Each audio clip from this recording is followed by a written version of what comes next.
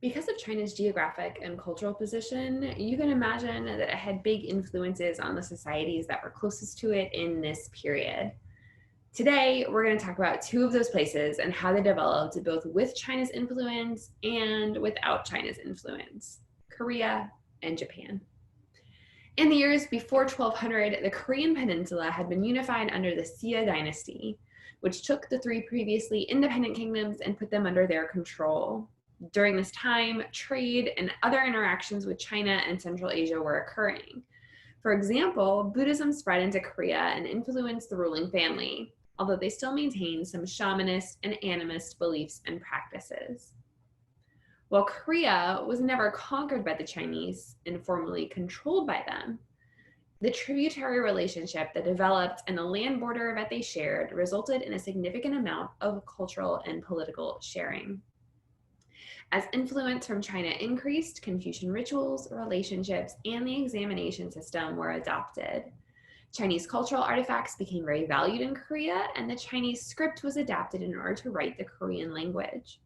As time moved on, Chinese influence was seen more and more negatively by certain parts of Korean society. The impact of Confucianism was distinctly negative for Korean women, and Korea, unlike China, relied pretty heavily on slave labor, which Confucianism and Buddhism couldn't dislodge. With these concerns in mind, efforts began to distance Korea from Chinese influence, and one of the major ways that happened was with the script. A phonetic alphabet known as Hangul was developed in order to stop the use of the Chinese character system. All of Korea's efforts to remain culturally distinct would still not stop them from also falling victim to Mongol conquest about 40 years before China finally fell to the same unstoppable force. It's important to note that whenever we talk about Japan, Japan is going to always take parts of other cultures and systems and mold them to become Japanese. This is a trend in Japanese culture and is fairly important to their current levels of economic development. So let's begin at the beginning. Because Japan is located about 100 miles off the coast of East Asia, its culture developed slowly at first and definitely separately. Until about the 900s, Japan was very divided and ruled by local clans who maintained their status through military power. These rival clans often fought each other, resulting in a highly militarized and hierarchical system that grew to closely resemble that of medieval Europe. Towards the end of what we'll call the Middle Ages, Japan grew more unified during the 600s and 700s, and diplomatic missions were sent out by Prince Shotoku, who adopted Buddhism and wrote the 17-article constitution, which was wholly based on Buddhist principles. In some ways, Buddhism fit very well into Japan's native belief system of Shinto, in which nature spirits, or kami, could be adapted into Buddhist practice and ancestor worship. Japanese Buddhism became what we typically refer to as Zen Buddhism, deeply influenced by finding balance with nature and living with a strict moral compass that we see evidenced in the samurai code of Bushido, or death before dishonor. Who made up the elite class and what values they had were definitely differences in Japanese and Chinese cultures.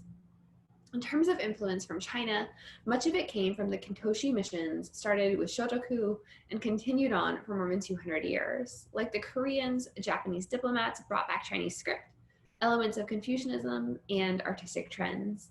Most notably, the Japanese capital of Nara was planned and constructed to be modeled after the Tang and early Sung dynasty capitals of Chang'an. Furthermore, Japanese women did not face the same restrictions as Chinese and later Korean women.